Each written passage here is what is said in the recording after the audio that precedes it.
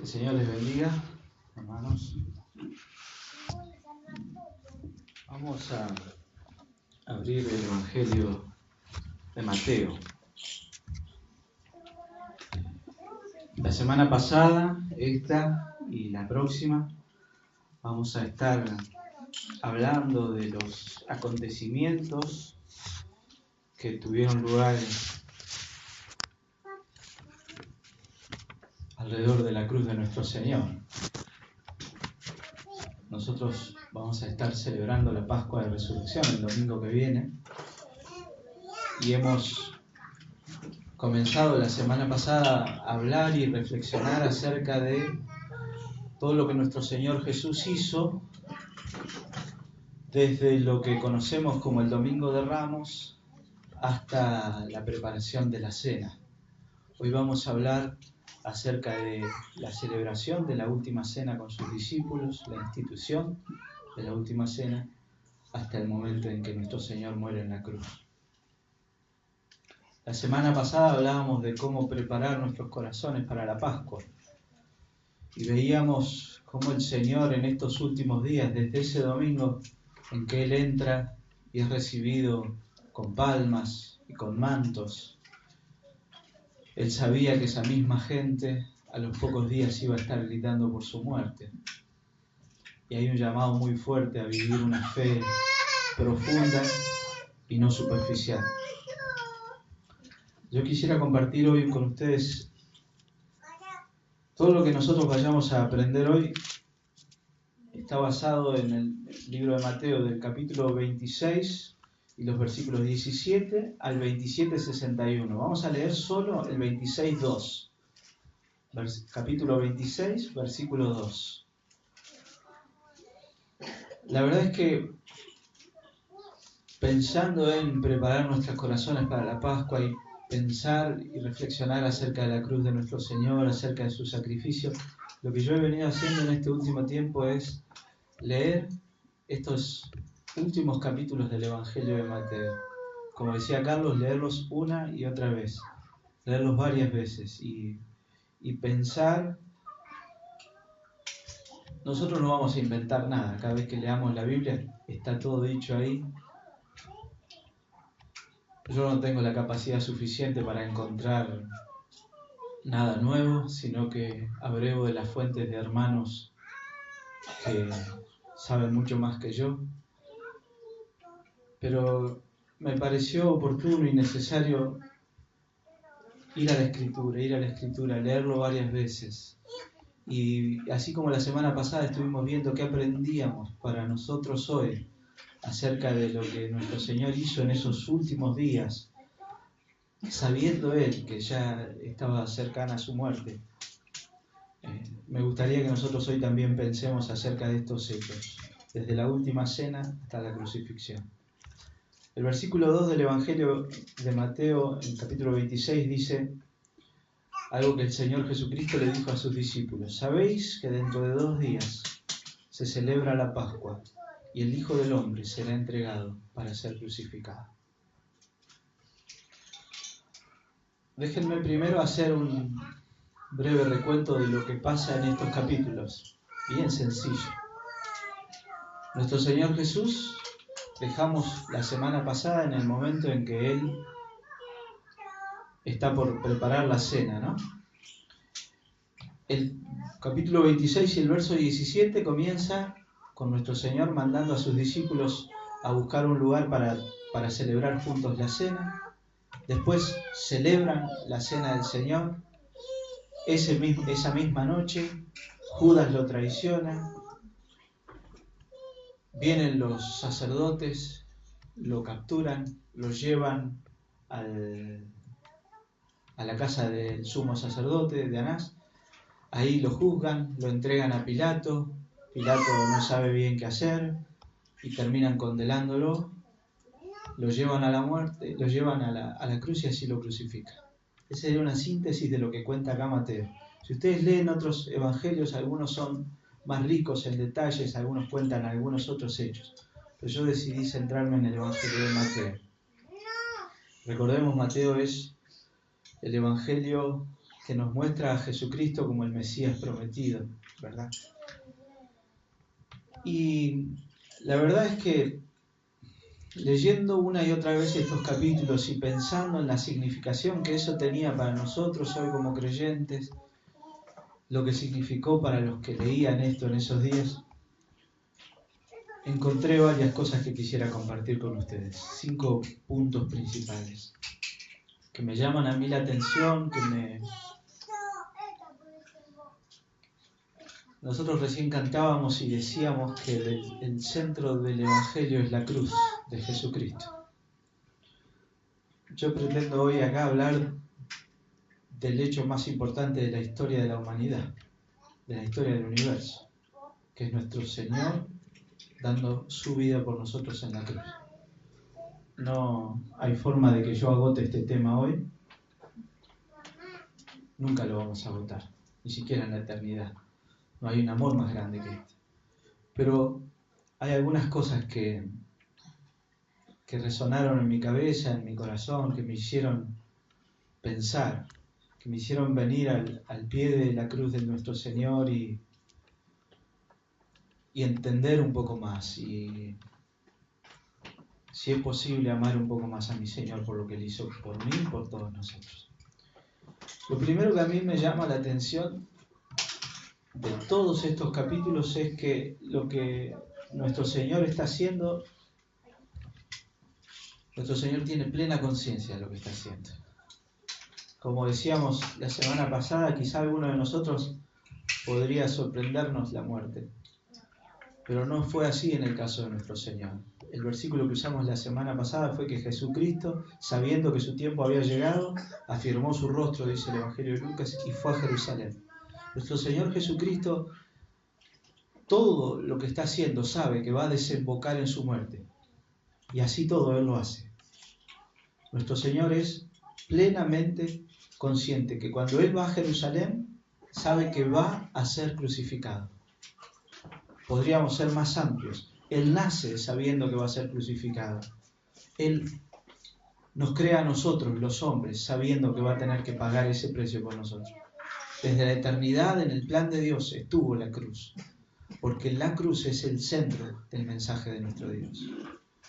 Él les dice a los discípulos, mi tiempo está cerca, en ese versículo que leímos. El Hijo del Hombre será entregado para ser crucificado. Él sabe que el tiempo está cerca. Cuando Él está celebrando la cena con los discípulos, les dice lo mismo. Mi tiempo está cercano. Y entonces les dice, vayan y busquen un lugar, porque vamos a celebrar juntos la Pascua. Cuando Él está tomando la cena con sus discípulos y les da el vino, Él les está diciendo, miren, esto es vino, pero es un símbolo de lo que yo estoy por hacer. Voy a derramar mi sangre por ustedes. Y justo después de eso les vuelve a anunciar. Cuando le dice a Pedro, cuando les dice a todos que todos lo van a abandonar, y salta Pedro y le dice, yo no te voy a dejar, Señor. Él usa una palabra, una profecía, les dice, el pastor será herido y las ovejas serán dispersadas. Él sabe lo que está por pasarle. Él sabe que va a ser entregado, Él sabe que va a ser crucificado. Y así todo lo hace. Si nosotros supiéramos que hay alguna situación que va a traer dolor a nuestras vidas, dolor. ¿Cuántas veces ni siquiera queremos ir al médico? ¿No? Al dentista. ¿Cuántas veces evitamos las situaciones del dolor? Siempre, si de nosotros dependiera, por más que sepamos que el dolor a veces nos enseña y que es necesario, las evitamos. Y nuestro Señor sabe que va a sufrir, pero sabe que el sufrimiento que Él va a padecer, Él lo ha determinado así desde el principio de los tiempos. No sé si puedo decir vale la pena, porque no sé si valemos la pena nosotros. Pero sí nuestro Señor está dispuesto a hacerlo. Él viene a Jerusalén dispuesto a morir. No lo sorprende la traición de Judas, no lo sorprende que aparezcan en el patio los sacerdotes y los fariseos. No lo sorprende que los romanos lo crucifiquen. Él lo sabe todo de antemano. Y sin embargo, todo lo hace a propósito, con propósito. Algo que me llama la atención también, en segundo lugar, es el sufrimiento de nuestro Señor. Todos los eventos que van desde esa cena que Él celebra, esa última cena, hasta su muerte en la cruz, están cargados de sufrimiento. Él sufre la traición de Judas, que lo entrega, la traición de Pedro, que lo niega, la traición de todos los discípulos que lo abandonan. La traición de la misma gente que estaba poniendo palmas de palmera cuando Él entraba a Jerusalén, ahora es la misma gente que grita que lo crucifiquen. Y que cuando Pilato dice, ¿no quieren que le suelte a Jesús en vez de a Barrabás? No, soltanos a Barrabás. ¿Y con este qué hago? Crucificalo, grita. Una turba enloquecida. Él sufre la traición. Él sufre la soledad también. La traición de sus discípulos implica soledad. Él queda solo. Se van todos. Como decía ese famoso boxeador, cuando estás en el ring te sacan el banquito y quedas solo. Y él queda solo, no solo en esos momentos, sino también hay una soledad terrible que es la soledad de la cruz. Cuando él grita, Padre, ¿por qué me has desamparado? Muchas veces nosotros nos sentimos solos, pero no hay una soledad más grande que la de Cristo en esa cruz. No hay una angustia más grande que la de Cristo en esa cruz. La soledad de nuestro Señor es tan grande que Él llega a gritar eso. ¿Por qué me has desamparado? Es Dios desgarrándose a sí mismo en esa cruz. Él sufre también por nosotros la humillación. La humillación de los sacerdotes que se burlan de Él, incluso cuando está en la cruz. Si este es el Cristo, ¿por qué no se baja? ¿Por qué no se ayuda a sí mismo? Dicen ellos, justo después de esta declaración. Los soldados lo golpean, se mofan de él, lo desnudan en el medio del patio para golpearlo y torturarlo. La multitud lo escupe a medida que él avanza, cargando su cruz. Y él sufre la humillación por nosotros. Jesucristo también sufre la agonía y el dolor. En el huerto, cuando él ora, Padre, si es posible, pasa de mí esta copa. Sufre el dolor de la tortura también. Hay una película de Mel Gibson, no sé si alguno la vio, que se llama La Pasión de Cristo. Algunas críticas recibió porque fue como muy sangrienta. Pero detrás de esa película hay una investigación. ¿Y acaso refleje solo una parte de los sufrimientos de nuestro Señor? Él sufrió el dolor físico, el dolor espiritual. Sufrió el dolor de la cruz. No hay peor muerte. En el sentido físico, la tortura que es estar ahí y no poder respirar. Para los judíos esa muerte era también una forma de maldición. Él cargó nuestra maldición. Entonces, en primer lugar, lo que Él hace, lo hace sabiendo qué es lo que está haciendo. En segundo lugar, lo que Él hace, lo hace sufrir. Él es el siervo sufriente que nos predice y nos anticipa el libro de Isaías. Y a pesar de eso, hay algo más que veo. El Jesucristo que nosotros vemos ahí sufriendo, recibiendo los latigazos, no es un Jesucristo débil. Es el Jesús más fuerte que nosotros podemos ver. Él tiene seguridad y transmite esa misma seguridad. a pesar de que Él sabe lo que va a pasar con Él, Él está seguro, Él está confiado y transmite a sus discípulos esa misma confianza y esa misma seguridad. Cuando Él está compartiendo la copa de vino con sus discípulos, les dice, esta va a ser la última copa de vino que vamos a compartir, hasta que volvamos a estar juntos en el reino de mi Padre. Hay una seguridad en Él. Inmediatamente después les dice, ustedes van a ser dispersados como ovejas cuando yo, su pastor, sea herido, pero no se preocupen, cuando yo resucite voy a ir delante de ustedes a Galilea. Cuando Pedro saca la espada e hiere al siervo ese Malco, y Jesús lo reprende, Él le dice, si yo quisiera ser defendido, ¿no oraría al Padre y Él enviaría una compañía de ángeles para defenderme? Y no lo hago, porque es necesario que sea así. Él permanece ante los sacerdotes, ante Pilato, ante la cruz. Lo vemos confiado y transmitiéndonos a nosotros esa misma confianza y esa misma seguridad. Él experimenta el dolor. Él experimenta el dolor y la agonía. Y sin embargo no hay temor en Él. Él está confiado. Algo importante también que vi es que Él se muestra a nosotros como quien realmente es. Él quiere que nosotros sepamos quién es Él. Que Él es el Dios que se hizo carne. Aquello por lo cual los sacerdotes lo inculpan y lo matan es porque Él afirma de sí mismo ser el Hijo del Hombre, ser el Dios hecho carne. Lo decíamos la semana pasada, si Él, cuando le preguntan, no hubiera dicho nada, no lo hubieran matado. Ni siquiera nos podemos plantear estas alternativas porque no estaban en el plan de Dios. Pero Él sabe que cuando le dice a los sacerdotes en la cara, le preguntan, ¿vos sos el Cristo?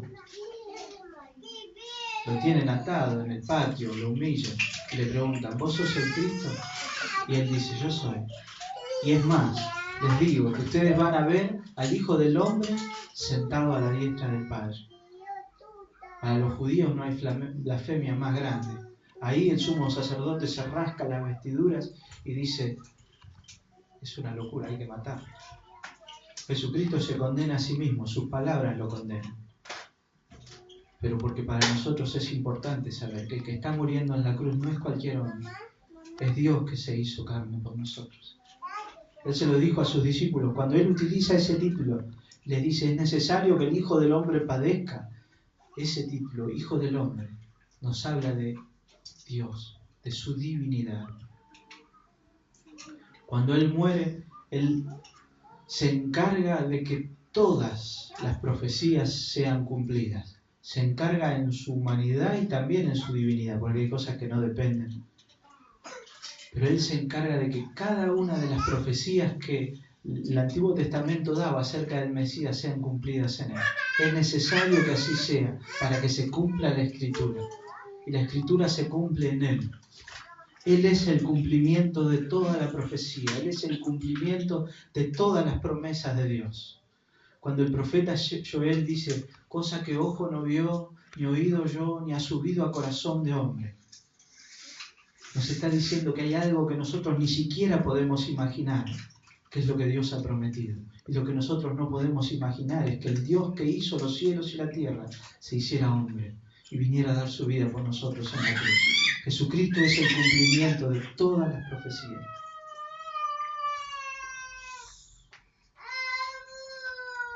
El testimonio de la cruz y los eventos que rodean su muerte también afirman la divinidad del Señor.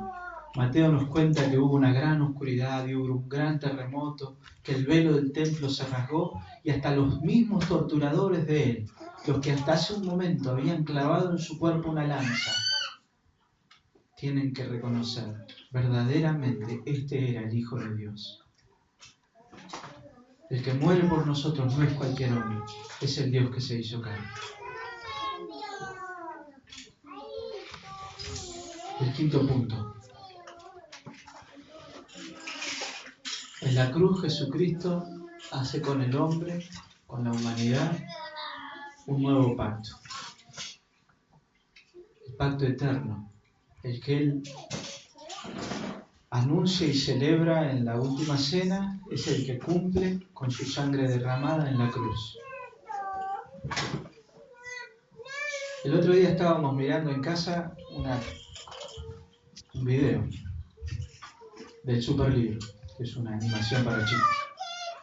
Y había un cartelito sobre la cruz. Sobre la cruz había un cartel.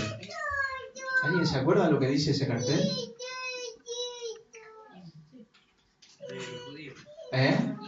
INRI, que significa Jesús Nazarenus Rex Iudaeum. Jesús Nazareno, Rey de los Judíos. Eso es en latín. Nos dice la Biblia misma que estaba escrito en latín, en griego y en hebreo. No lo voy a decir en hebreo porque pronuncio mal el hebreo. Pero esa frase, Jesús Nazareno, Rey de los Judíos, en hebreo, las 4 letras que la inician son las 4 letras del nombre de Dios. Jesucristo es el Cordero de Dios. En la Pascua, nosotros sabemos que cada familia tenía que sacrificar un cordero. Y a ese cordero se le ponía un cartelito cuando se lo llevaba al templo. Se le colgaba un cartelito para saber de quién era. Los Milenovich llevaban un cartel que decía Milenovich, los Garrido. Jesucristo es el Cordero de Dios. Jesucristo es ahora nuestra Pascua.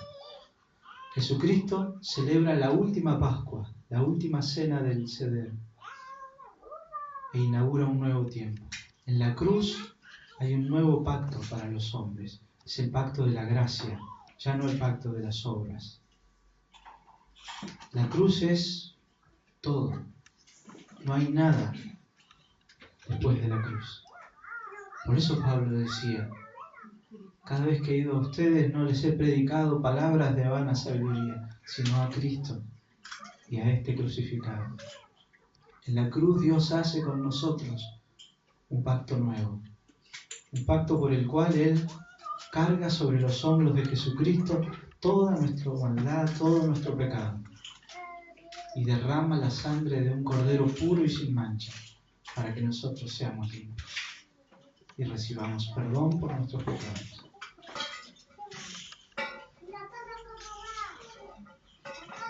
Alguna vez sería interesante comparar estas dos Pascuas, la Pascua judía y la Pascua de nuestro Señor. Hay una costumbre judía muy interesante, que es que cada vez que se celebra la cena de Pascua, hay un niño que es el encargado de contar toda la historia de por qué ellos celebran eso. Y un detalle que leí alguna vez, muy importante, es que ese niño que celebra hoy la Pascua, un niño judío que no conoce al Señor Jesucristo, cuando cuente la historia, no va a decir, nuestros antepasados hace 5 o 6 mil años eran esclavos en Egipto.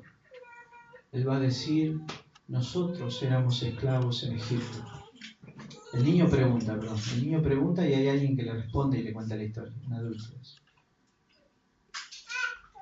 Nosotros éramos esclavos en Egipto y el Señor nuestro Dios nos liberó.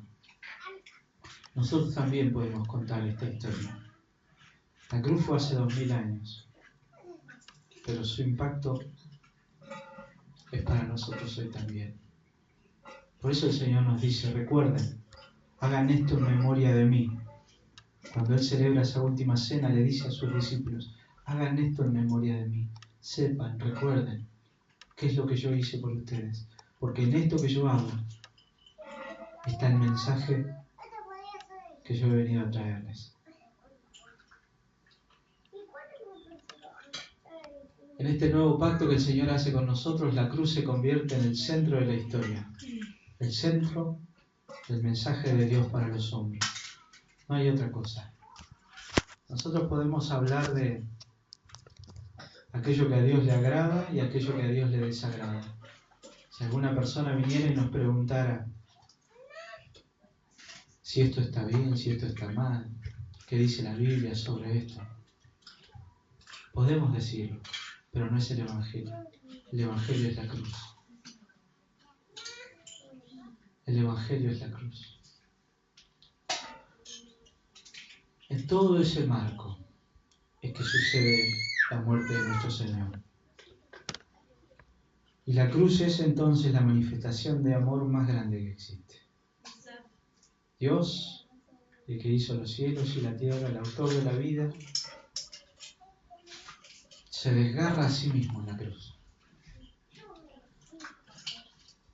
y descarga sobre el pecado de la humanidad toda la ira de su santidad.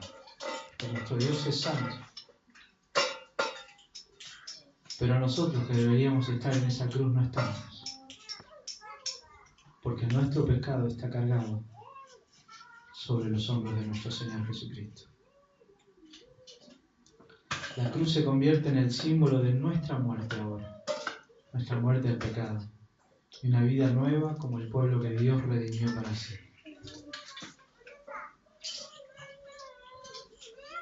Sería muy importante seguir preparándonos para la Pascua y tomarnos este tiempo para seguir leyendo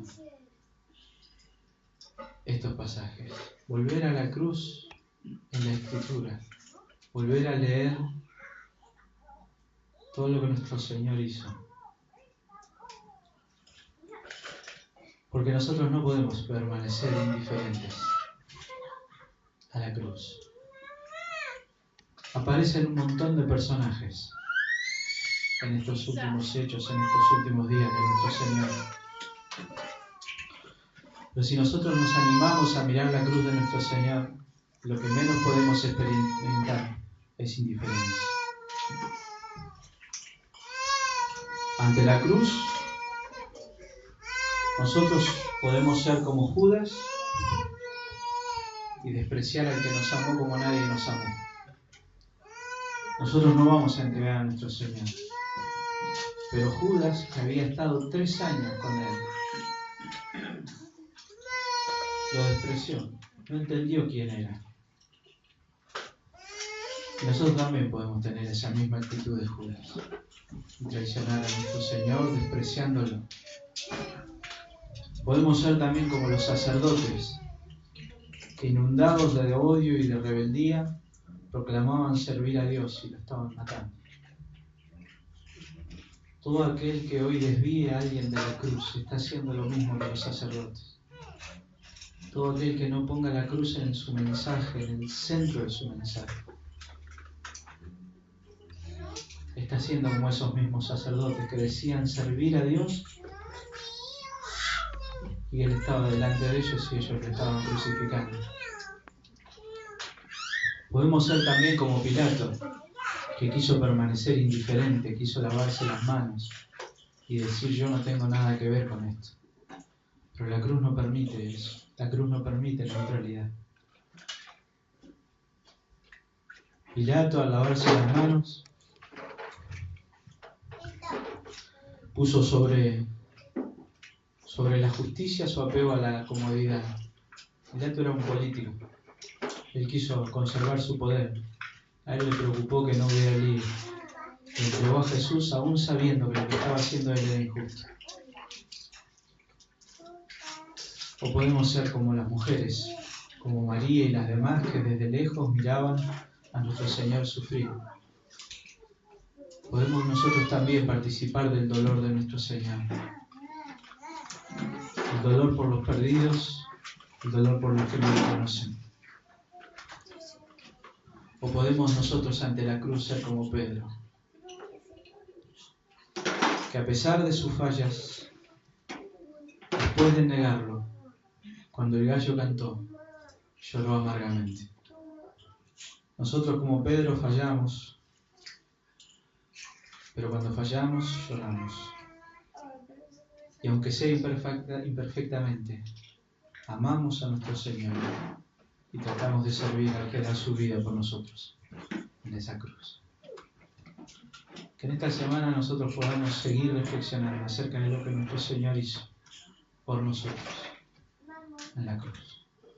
El que muere, muere en nuestro lugar. El que muere lo hace voluntariamente.